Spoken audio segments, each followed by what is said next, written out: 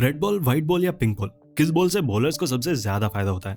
किसी एक बॉल से ही हर फॉर्मेट के मैचेस क्यों नहीं खेले जा सकते? इन तीनों बॉल्स में क्या सिमिलरिटीज हैं और क्या डिफरेंसेस हैं, और कौन सी बॉल इन तीनों में सबसे बेहतर है?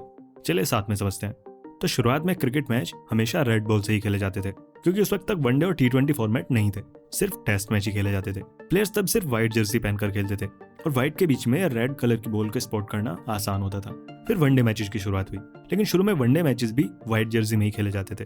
और जब 1977 में रंगीन जर्सी पहने जाने लगी तो बॉल का रंग बदलकर व्हाइट कर दिया गया, क्योंकि बाकी सभी रंगों के बीच में व्हाइट बॉल इजीली स्पॉट हो जाती थी। और आज भी व्हाइट बॉल का इस्तेमाल ODI और T20 में ही किया जाता है, क्योंकि इन दोनों फॉर्मेट में ही प्लेयर्स रंगीन जर्सी पहनकर खेलते हैं। और फिर बारी आती है पिंक बॉल की, जो कि डे नाइट टेस्ट मैचेस में इस्तेमाल की जाती है। रात के वक्त येलो फ्लड लाइट में रेड टेस्ट बॉल थोड़ी ब्राउनिश दिखाई देती है, जिसकी वजह से उसे पिच से स्पॉट करने में मुश्किल होती है। लेकिन पिंक बॉल को फ्लड लाइट में स्पॉट करना आसान होता है और इसीलिए इसका इस्तेमाल डे नाइट टेस्ट में किया जाता है। तो ये तो हुई इन तीनों बॉल्स के इस्तेमाल किए जाने की वजह। अब जल्दी से समझते हैं कि इन तीनों तरह की बॉल्स को बनाने का प्रोसेस क्या है। तो सबसे पहले इन तीनों बॉल्स का कोर स्ट्रक्चर सेम होता है। तीनों की कोर में कॉर्क रबर की एक छोटी सी बॉल होती है, उसके ऊपर कॉर्क की एक और लेयर होती है। फिर इसके ऊपर स्ट्रिंग या धागे को टाइटली वाउंड किया जाता है या लपेटा जाता है। और यहाँ तक ये तीनों तरह की बॉल एक जैसी होती हैं। लेकिन इसके बाद जो लेदर केसिंग या आउटर लेयर है, वही इन तीनों बॉल के बीच का मेन डिफरेंस है। टेस्ट के लिए रेड लेदर का इस्तेमाल किया जाता है, ODI और T20 के लिए व्हाइट और डे नाइट टेस्ट के लिए पिंक लेदर। और ये सब कलर लेदर को डाई करके बनते हैं। कोई भी लेदर नेचुरली व्हाइट, रेड या पिंक नहीं होता। और ये जो पिंक, रेड या व्हाइट कलर की लेदर केसिंग होती है, ये दो हेमिस्फेयर से मिलकर बनी होती है। इन दोनों लेदर हेमिस्फेयर को हाथ से स्टिच किया जाता है। और कलर के अलावा इन तीनों बॉल्स की सीम में भी डिफरेंस होता है। रेड टेस्ट बॉल की सीम व्हाइट थ्रेड से बनी होती है, व्हाइट बॉल की सीम ग्रीन थ्रेड से, और pink day night test ball की सीम ब्लैक थ्रेड से बनाई जाती है। और फिर लास्ट में इन बॉल्स पर शाइन के लिए पॉलिश की कोटिंग की जाती है।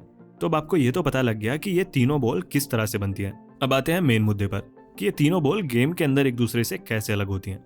सबसे पहले बात करते हैं red ball versus white ball की। तो जैसा हमने शुरू में बात की कि रेड बॉल का इस्तेमाल होता है डे टेस्ट मैचेस में और व्हाइट बॉल का ODI और T20 में। हालांकि इन दोनों बॉल का कोर स्ट्रक्चर और वेट सेम होता है, लेकिन सालों तक क्रिकेट एक्सपर्ट ने काफी रिसर्च की है कि ये दोनों बॉल किस तरह से गेम पर असर डालती हैं। तो जो व्हाइट बॉल है उसे शुरुआत में इसलिए सजेस्ट किया गया था क्योंकि रंगीन कपड़ों के बीच में उसकी विजिबिलिटी या फिर उसे स्पॉट करना आसान होता था, क्योंकि जो मैच देर रात तक खेले जाते थे उनमें रेड बॉल को देख पाना या फिर स्पॉट कर पाना बहुत मुश्किल होता था, क्योंकि जो व्हाइट बॉल होती है वो ग्राउंड में भी और टीवी स्क्रीन पर भी एकदम अलग दिखाई देती है और उसे ऑन फील्ड प्लेयर्स के लिए भी दूर से देखना आसान होता है। एक्सपर्ट्स के अकॉर्डिंग जो व्हाइट बॉल होती है उस पर रेड बॉल के कंपैरिजन में ज्यादा पॉलिश की जाती है, जिससे वो ज्यादा शाइन करती है और इजीली स्पॉट भी हो जाती है। और ये जो पॉलिश का एक्स्ट्रा कोट व्हाइट बॉल पर किया जाता है, इसकी वजह से रेड और पिंक बॉल से थोड़ी ज्यादा स्मूथ होती है और बॉलर्स को भी रेड और पिंक बॉल के मुकाबले व्हाइट बॉल से थोड़ा ज्यादा स्विंग मिलता है। और क्योंकि व्हाइट बॉल ज्यादा फाइन और स्मूथ होती है, इसलिए इसका सरफेस रेड और पिंक बॉल के मुकाबले थोड़ा ज्यादा हार्ड होता है। वैसे इसका गेम पर कोई खास इफेक्ट नहीं पड़ता, लेकिन बहुत से बॉलर इस हार्डनेस को भी अपने एडवांटेज के लिए इस्तेमाल करते हैं। इसके बाद बात करते हैं रेड वर्सेस पिंक बॉल की। तो रेड और पिंक दोनों बॉल एक दूसरे से बहुत ज्यादा अलग नहीं है। दोनों बॉल्स का मैन्युफैक्चरिंग प्रोसेस और मटेरियल सेम होता है। लॉन्ग टेस्ट मैचेस या फिर डे नाइट टेस्ट मैच में रेड बॉल का कलर फ्लड लाइट्स की वजह से थोड़ा ब्राउन जैसा दिखाई देता है, इसीलिए पिंक कलर की बॉल को लॉन्ग टेस्ट मैचेस फॉर्मेट में इंट्रोड्यूस किया गया था। अब क्योंकि इन दोनों बॉल्स का मैन्युफैक्चरिंग प्रोसेस सेम है, तो इनके कोर कंपोनेंट्स में कोई अंतर नहीं है। यहाँ तक कि इनके स्टिचिंग प्रोसेस में भी कोई अंतर नहीं है।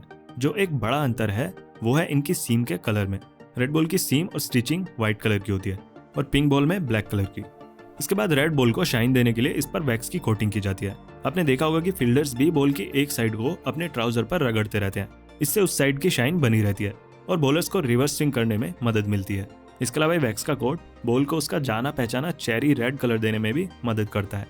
लेकिन ये सेम वैक्स अगर पिंक बॉल पर इस्तेमाल किया जाए तो बॉल का कलर पिंक से बदलकर थोड़ा ब्लैक जैसा हो जाता है। इसलिए पिंक बॉल पर इस वैक्स की जगह PU बेस्ड पॉलिश की कोटिंग की जाती है, जिससे पिंक कलर और ज्यादा ब्राइट दिखाई देता है और रात के वक्त फ्लड लाइट्स में भी ये बॉल बहुत इजीली स्पॉट हो जाती है। इसके बाद पिंक बॉल की सीम ज्यादा टाइट होती है। इसकी वजह से प्लेयर्स को बॉल को ग्रिप करना आसान होता है।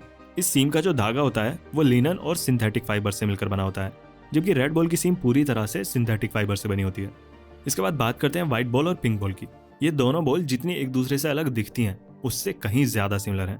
रेड बॉल्स की जगह इन दोनों बॉल्स के इस्तेमाल का सिर्फ एक ही मेन रीजन था, नाइट टाइम या फ्लड लाइट्स में बॉल की विजिबिलिटी। व्हाइट बॉल और पिंक बॉल की सीम एक दूसरे से अलग होती है।